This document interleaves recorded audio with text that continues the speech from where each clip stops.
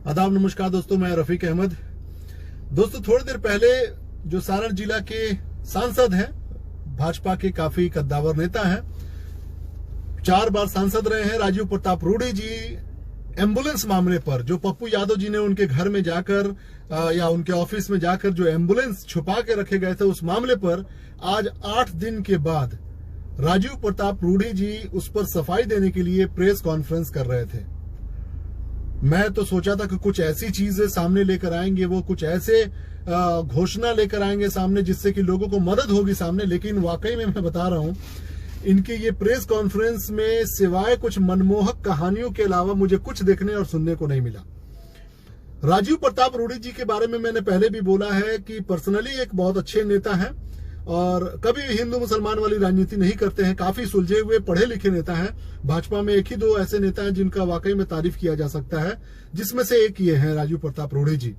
लेकिन मामला वो नहीं है दोस्तों, मामला है जो पप्पू यादव जी ने एक बहुत ही बड़े एक्सपोज किया था मैटर को, कि इस महामारी में जहां पे लोग मर रहे हैं, एम्बुलेंस के बगैर जहां पे लोग मर रहे हैं, मेडिकल सुविधा के बगैर जहां पे लोग मर रहे हैं, बीमारियों से जहां पे लोग साइकिलों पर अपने घर के औरतों को, अपने घर के बच्चों को लेकर ढो रहे हैं हॉस्पिटल में, जहां पे कंधे पर किसी के लाश को लेकर ढोया जा रहा है, उस जगह पर अगर किसी के घर में या किसी के ऑफिस में 20-25 एम्बुलेंस ऐसे ही पड़े हुए नजर आते हैं, तो ये सवाल ये अहम होता है, ना कि ये सवाल कि ये सवाल कर कौन रहा है।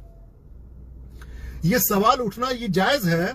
एम्बुलेंस का मामला बिल्कुल, ये सवाल ये मत देखिए कि पप्पू यादव जी ने सवाल किया है। मैं अभी सुन रहा था राजीव प्रताप रूडी जी को, राजीव प्रताप रूडी जी पूरा एक हिस्ट्री निकाल के लेकर आए थे कि इनके ऊपर में ये क्रिमिनल रिकॉर्ड है, इनके ऊपर में ये मुकदमा है, इनके ऊपर में इस तरह के मामला चल रहे हैं, यहाँ पर कन्विक्टेड है, यहाँ पर इनके ऊपर में आरोप लगा है, ये मुकदमे, वो फलाना ढमकाना, पप्पू यादव जी के पूरे इतिहास को लेकर आ गए थे, पोथा पत्री लेकर बैठे हुए थे राजीव प्रताप रूडी जी। तो मेरा सवाल कहने का यह है, क्या यहां पर सवाल लोगों को यह जानना था कि पप्पू यादव ने जब कहा कि पप्पू यादव जी के बारे में बताइए, यह सवाल यहां पर यह बनता है कि जो एम्बुलेंस था, उस एम्बुलेंस का इस्तेमाल आम लोगों की सेवा में क्यों नहीं है, और अगर नहीं भी था तो अब आपने क्या कदम उठाया है। यह होना चाहिए ना, कुछ रेमेडियल एक्शन होना चाहिए ना, कि आपने क्या एक्शन लिया। जब आपको एक्सपोज कर दिया गया तो आप पूरी कहानियां लेकर आ गए। शुरुआत कैसे करते हैं राजीव प्रताप रूडी जी, एक पेपर का लेकर आते हैं बंच, और वो शुरू करते हैं कि देखिए पप्पू यादव जी के ऊपर में यहां मुकदमा, इस तरह का मुकदमा, ये क्रिमिनल, यहां झगड़ा, फलाना झमका। ये कहना क्या चाह रहे थे एग्जैक्टली मैं समझ नहीं पाया। क्या पप्पू यादव जी के ऊपर में लगे हुए आरोप, ये बात आपकी जिम्मेदारी से अलग हटने को जिम्मेदार है? क्या उनके ऊपर में क्रिमिनल रिकॉर्ड वो आपकी जिम्मेदारियों से रोकता है? आप अपनी जिम्मेदारियों को ना निभाएं, उनका और पप्पू यादव जी के क्रिमिनल रिकॉर्ड से क्या लेना देना। अगर मुकदमा के बारे में बात किया जाए तो हमारे देश के गृह मंत्री भी तड़ी पार रह चुके हैं, इसमें कौन सी बड़ी बात है। हमारे देश के बड़े बड़े नेताओं के ऊपर में मुकदमे हैं, जो आज सीएम पीएम न जाने क्या क्या बने बैठे हुए हैं। ये कोई जवाब नहीं हुआ। यहां पर सवाल यह था कि पप्पू यादव जी ने जो बात कही कि जो एम्बुलेंस लोगों की सेवा में रहनी चाहिए थी, जो एम्बुलेंस उन गरीबों की सेवा में रहनी चाहिए थी, जो लोग अपने कंधों पर अपने बीवी बच्चों को लेकर ढो रहे हैं, वो एम्बुलेंस आपके घर में या आपके ऑफिस में क्यों पड़े हुए हैं।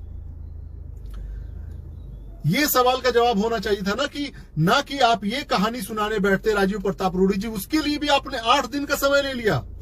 8 दिन के समय में अगर आप हर रोज 8 इंसानों को भी खोजते ना ड्राइवर के रूप में, कि भाई मुझे ड्राइवर की आवश्यकता है, मेरे एम्बुलेंस हमारे पास पड़ी हुई है उसके लिए, तो मैं दावे के साथ कहता हूं आज 50 से ज्यादा एम्बुलेंस के ड्राइवर आपके पास होते।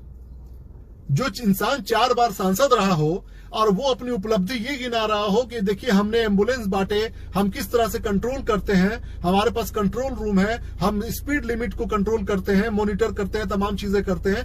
ये 4 बार का सांसद रहा इंसान, कोई आम इंसान के लिए अगर इस तरह का छोटा मोटा काम करता तो क्या ये गिनवाने वाली बात है? ये कोई एहसान की बात है? ये तो आपकी जिम्मेदारी है, ये तो आपका कर्तव्य है, इसी के लिए तो आपको चुना गया है। लेकिन अफसोस की बात यह है कि यहां पर ये अपने कर्तव्यों को दिखा रहे हैं इस तरीके से, जैसे कि ये वाला जो सवाल है कि एम्बुलेंस क्यों आपके घर में पड़ा हुआ है, क्यों एम्बुलेंस वो इस्तेमाल में नहीं है गरीबों के। आपका वो मतलब पूरा इनका जो प्रक्रिया था ना इस प्रेस कॉन्फ्रेंस का, ये एकदम साफ दिख रहा था कि किसी भी तरीके से लोगों को एकदम मनमोहक कहानियां सुना के दिल से लुभाकर उस मुद्दे से ही अलग हटा दिया जाए और पूरा मामला पप्पू यादव जी के क्रिमिनल रिकॉर्ड या फिर उनके जितने भी मुकदमे हैं उसके ऊपर में ला दिया जाए। 32 उनके ऊपर मुकदमे हैं तो उनके ऊपर में ला दिया जाए ये मामला, मतलब सब कुछ छोड़कर पप्पू यादव जी के क्रिमिनल रिकॉर्ड के बारे में बात किया जाए। अरे सब लोग जानते हैं इस देश में पीएम सीएम से लेकर गृह मंत्री से लेकर किसके ऊपर में मुकदमे नहीं है, और आपने इसके लिए 8 दिन का समय लगा दिया। मतलब ये वाकई में बड़ी अफसोस की बात है। राजीव प्रताप रूढ़ी जैसे सुलझे हुए नेता से ये उम्मीद नहीं थी। राजीव प्रताप रूढ़ी जी में एक बहुत अच्छी बात है कि वो हिंदू मुसलमान की राजनीति नहीं करते हैं, लेकिन ये वाली राजनीति जहां पर वो फेल हो गए हैं लोगों की सेवा करने में, उसका भी जवाब ये तरीके से नहीं दे सके हैं। लोगों को केवल भटकाने और एक होता है ना डाइवर्जेंट क्रिएट करने की कोशिश इन्होंने किया है कि पप्पू यादव देखो इतने बड़े क्रिमिनल हैं, ये जहां जाते हैं लड़ाई करते हैं, ये जहां जाते हैं झगड़ा करते हैं, ये जहां जाते हैं ये करते हैं, फलाना करते हैं। इस समय पूरा देश जो है पप्पू यादव जी के साथ हो या ना हो, लेकिन उनके उस कॉज के साथ है, उस मुद्दे के साथ है कि ये जो देश हमारे एम्बुलेंस के बगैर लोग मर रहे हैं, लाखों की संख्या में लाशें जो है इधर उधर फेंकी हुई पड़ रही हैं, उसमें जब एम्बुलेंस की आवश्यकता है तो उस समय आपके घर में एम्बुलेंस क्यों रखा हुआ था? क्यों? ये सवाल आज भी वैलिड है, चाहे आप ये प्रेस कॉन्फ्रेंस करके 50 बार अपने आप के बारे में या अपने अच्छाई के बारे में या अपने काबिलियत के बारे में आप जुड़वाइए, 50 बार आप इस बारे में बोलिए कि पप्पू यादव एक क्रिमिनल है, या 50 बार आप बोलिए कि नीतीश कुमार एक दूध के धुले हुए सीएम है, ये कोई मायने नहीं रखते। सवाल आज भी वही है और सवाल आज भी वही वैलिड है कि एम्बुलेंस आपके घर में क्यों पड़े हुए थे। और ये कोई पक्ष विपक्ष, नेता प्रतिनेता, विपक्ष नेता का मामला नहीं है, ये इंसानियत का मामला है, ये ह्यूमैनिटी का मामला है, ये मतलब कर्तव्य का मामला है। ये उस समय का मामला है जब पूरा देश जो है बिल्कुल इमरजेंसी से गुजर रहा है, मेडिकल इमरजेंसी से गुजर रहा है, और इस इमरजेंसी में एक एक इंसान का कर्तव्य अगर वो फेल है तो बहुत बड़ी जिम्मेदारी उसके ऊपर में आती है। जब हमारे देश में इतने बड़ी आपदा आई हो और उस समय कोई 20-25 एम्बुलेंस अपने घर में छुपा के रखा हो, चाहे वो चलो मैं छुपाने जैसा शब्द का इस्तेमाल नहीं कर रहा, आपके मुताबिक आपके पास ड्राइवर नहीं थे जिसका आपने संज्ञान मतलब डीएम को भी लेने को कहा था, लेकिन ये कोई सवाल है कि हमारे देश में एम्बुलेंस ड्राइवर की कमी है? अरे आपके एक आवाज से सैकड़ों लोग खड़े हो जाते हैं। 4 बार के सांसद रहे हैं राजीव प्रताप रूढ़ी जी, और ऊपर से पप्पू यादव जी को 30-32 साल पुराने मुकदमे में गिरफ्तार करवाना, उनके ऊपर में मुकदमे का झड़ी दिखाकर ये दिखाना कि पप्पू यादव जी बहुत बड़े क्रिमिनल है, इसीलिए वो जो सच्ची भी बातें कहें, अच्छी भी बातें कहें तो कोई मायने नहीं रखता। याद रखिएगा, आपने ही अपने इस स्टेटमेंट में आज के प्रेस कॉन्फ्रेंस में कहा कि कोई डाकू, कोई चोर अगर वो संत बन जाए तो इसका मतलब ये नहीं कि उसकी सारी बातें सही हैं, ये खुद आपने कहा है। लेकिन एक बात याद रखिएगा कि हर डाकू का एक फ्यूचर होता है और हर एक पंडित का या संत का एक पास्ट होता है, और ये आज के दौर के तमाम नेता पर साबित होता है। चाहे आज कोई गृह मंत्री बन जाए, कोई प्रधानमंत्री बन जाए, चाहे कोई बन जाए, उसका इतिहास सब लोग जानते हैं। और आज की तारीख में आप जिसके लिए जुड़वा रहे हैं नाम कि ये जो राजीव प्रताप रूढ़ी जी इस तरह का जो आप काम कर रहे हैं, या फिर पप्पू यादव के बारे में आप जुड़वा रहे हैं, पप्पू यादव आज भले क्रिमिनल के लिस्ट में आपके मुताबिक हो, लेकिन जो जनता के लिए वो कर रहे हैं वो तो बहुत अच्छा काम कर रहे हैं। चाहे पटना में जब बाढ़ आया था वहीं पर आपके नेता जो है सुशील कुमार मोदी जी, वो अपने पूरे परिवार सहित हाफ पैंट पहनकर निकल गए थे, और वहीं पर पप्पू यादव पानी में घुस घुस के लोगों की सेवा कर रहे थे। ये आपके आरोप प्रत्यारोप से इसका समाधान नहीं निकलेगा। राजीव प्रताप रूढ़ी जी को यह समझने की आवश्यकता है। राजीव प्रताप रूढ़ी जी, अगर ये आप समझ रहे हैं कि आपके ऊपर में जो जिम्मेदारी थी लोगों की सेवा करने की, आपके एम्बुलेंस के सेवा में न रहने का कारण अगर आप पप्पू यादव जी के क्रिमिनल हिस्ट्री को दिखाना चाहते हैं, तो याद रखिएगा ये जनता है, सब समझती है। ये जनता है, बेवकूफ नहीं है, और इस समय लोगों की आंख पूरी तरीके से खुल चुके हैं। ये जो पैंडेमिक है, बुरी तरीके से लोग परेशान हैं, लोगों के हर परिवार में लोग कोई ना कोई मर रहा है या कोई ना कोई बीमार है। बिल्कुल बिल्कुल 2-4 ड्राइवर तो हम जैसे लोग खोज देते। अरे जरूरत पड़ती तो मैं आपका ड्राइवर बन जाता भाई, मैं ड्राइवर बन जाता कि अगर एम्बुलेंस में लोगों की आवश्यकता है कि कोरोना मरीजों को ढोना है या किसी भी तरीके के लोगों की मदद करनी है, तो मैं आपके लिए ड्राइवर बन जाता। इसमें कौन सी बड़ी बात है। लेकिन आपने पप्पू यादव जी के ऊपर में आरोप लगाकर अपनी गलती को छुपाने का जो प्रयास किया है ना, मनमोहक कहानियां सुनाकर राजीव प्रताप रूडी जी, ये हमारे जैसा एक नॉर्मल इंसान भी समझ सकता है। तो जितने भी बिहार के लोग हैं, सब लोग राजनीति में बड़े ही प्रगाढ़ हैं, बड़े ही रमे हुए लोग हैं, रजे हुए लोग हैं, सब बहुत अच्छे से समझते हैं। जब हमारे जैसे एक छोटा सा इंसान समझ सकता है कि आप पूरे मनमोहक कहानियां सुनाकर अपनी गलती को छुपाने की कोशिश कर रहे हैं, उस मुद्दे को दबाने की कोशिश कर रहे हैं, जो ये आज भी ये मुद्दा है कि आपके यहाँ एम्बुलेंस क्यों पड़े हुए थे राजीव प्रताप रूडी जी, तो आप इस बारे में अपने आप को झुठला सकते हैं, आम जनता को नहीं झुठला सकते हैं, लोगों को बेवकूफ नहीं बना सकते। सवाल आज भी वही रहेगा कि आपने एम्बुलेंस का इस्तेमाल अपने घर में रखने का या बालू ढोने का क्यों किया। आपका एम्बुलेंस जो है रेत ढोते हुए देखा गया है, वीडियो उसमें वायरल हुआ है। आखिर ऐसा क्यों? ये शर्म की बात है या नहीं है? ऐसी कौन सी स्थिति आ गई कि लोग मर रहे हैं, लोग अपने कंधे पर लाश को लेकर ढो रहे हैं और आपके यहां पर बालू ढोया जा रहा है उससे?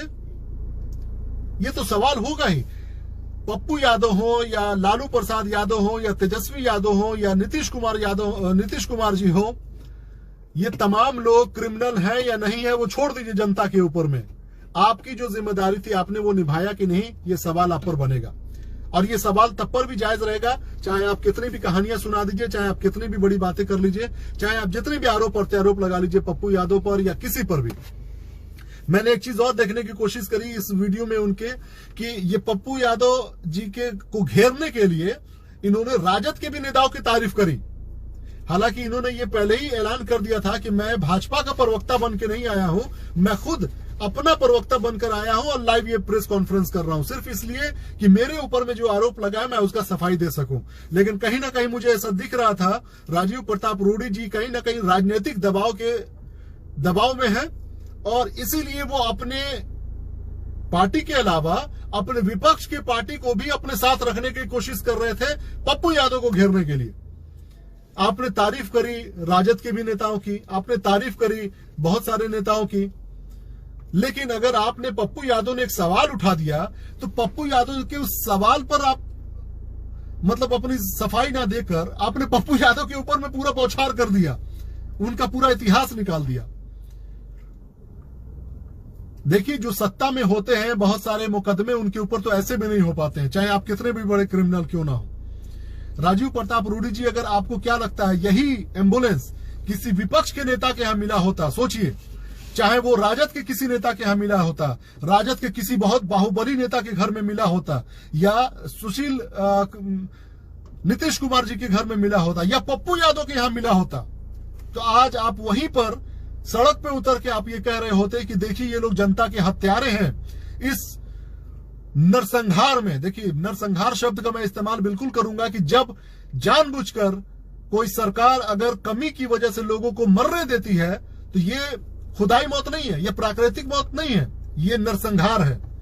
ये नरसंहार उनके द्वारा है जो जिम्मेदार हैं इसके लिए, ये जो फैसिलिटीज को ना दे सके, जो लोगों की सेवा नहीं कर सके, जो साल भर अपने चुनावी रैलियां करते रहे लेकिन वो लोगों की सेवा के लिए जो इंतजाम करने चाहिए थे वो नहीं किया इन लोगों ने। और फिर अगर आप ये कहें कि नहीं ये मौतें बस ऐसे ही हो रही है, पॉजिटिविटी खोजिए।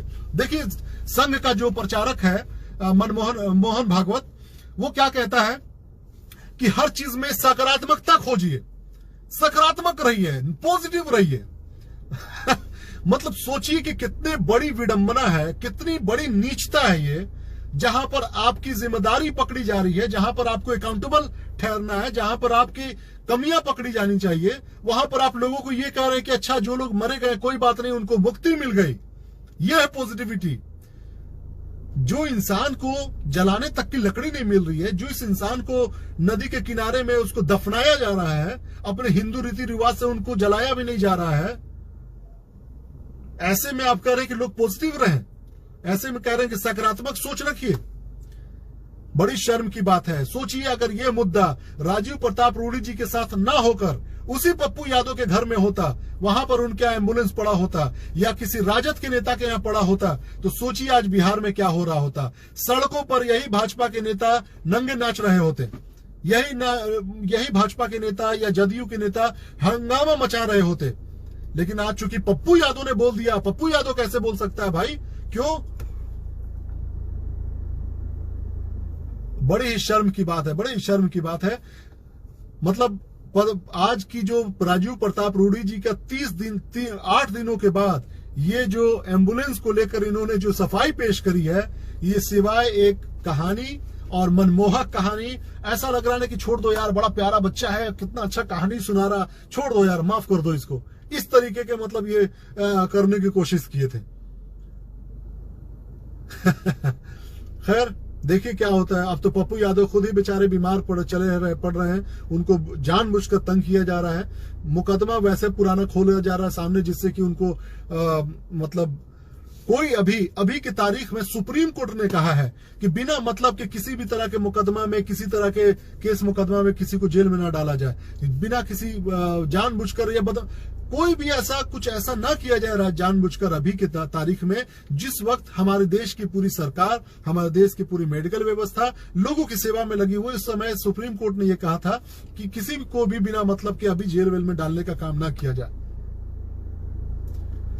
लेकिन अफसोस की बात कि यहां पर इतनी बड़ी राजनीति प्रतिद्वंदता बढ़ती चली गई है, इतना मतलब जो दुश्मनी होती है कि मतलब सच्चाई वाली बात पर भी कि एम्बुलेंस आपके यहां क्यों पड़ा हुआ है, उस पर भी किसी के पुराने मुकदमे को खोलकर ये मामला तो राजद का जो नेता है तेजस्वी यादव जी, वो भी उठा रहे हैं। क्यों नहीं उनको जेल में डाला जा रहा है? क्यों नहीं मतलब ये पूरे मुद्दे को तेजस्वी यादव जी पर भी सवाल किया जा रहा है? तेजस्वी यादव ने भी कई बार ट्वीट किया, फेसबुक पे लिखा कि भाई ये एम्बुलेंस चोरी का मामला है, कैसे राजीव प्रताप रूडी क्या पाया गया इतना? क्यों नहीं उनके ऊपर भी एक शब्द बोला इन्होंने? आज की प्रेस कॉन्फ्रेंस में इनका पूरा अटैक ही था पप्पू यादव के ऊपर में, एक जरा भी कहीं पर भी दूसरे नेता का नाम नहीं। तो मतलब कहीं ना कहीं साफ है कि इनका मकसद एक साथ कई लोग साधने की कोशिश कर रहे हैं। आरजेडी को भी कहीं ना कहीं पप्पू यादव जी से नुकसान नजर आता है, और इनको तो एक्सपोज कर ही दिया है भाजपा को इन लोगों ने, पप्पू यादव ने। तो सब लोग मिलकर सोच रहे हैं कि इनको दबा दो, जेल में डाल दो, नुकसान पहुंचा दो। कोई ठिकाना नहीं है। जिस तरीके से सवाल उठ रहे हैं, राजद के नेता जो सांसद मोहम्मद शहाबुद्दीन की जो मौत हुई है उस पर भी सवाल उठ रहे हैं कि उनको मार दिया गया जानबूझकर या उनके अंदर कमी कर दी गई है इलाज कराने में। उसी तरीके से कोई ठिकाना नहीं है, इनका भी इलाज करने में कोताही बरता जाए, नुकसान पहुंचाने की कोशिश की जाए, कुछ भी कहा नहीं जा सकता। आज राजनीति इतनी घटिया हो चुकी है, इतना निचले स्तर पर जा चुका है कि कुछ भी कहा जा सकता है, कुछ भी मतलब इनके बारे में कुछ भी नहीं कहा जा सकता कि ये क्या कर दें। राजनीति इतनी घटिया हो चुकी है। बहुत बहुत धन्यवाद, अपना ख्याल रखिए। और राजीव प्रताप रूडी जी के इस मनमोहक कहानियों को अगर सुनना है तो उनके फेसबुक पेज पे जाके लाइव उनको सुन सकते हैं। 45 मिनट का लाइव है। मतलब इस तमाम चीजों का लबलुबाब ये था कि वो सिवाय एक मनमोहक कहानी सुनाने के अलावा कुछ नहीं। राजीव प्रताप रूडी जी बिल्कुल इनोसेंट इंसान है, बड़े शरीफ इंसान है। पप्पू यादव बहुत बड़े क्रिमिनल इंसान है, इसीलिए उनके ये सवाल जायज ही नहीं है करना कि एम्बुलेंस आपके यहाँ क्यों पड़ा हुआ था। बहुत बहुत धन्यवाद। जय हिंद। सत्य में जयते। भारत।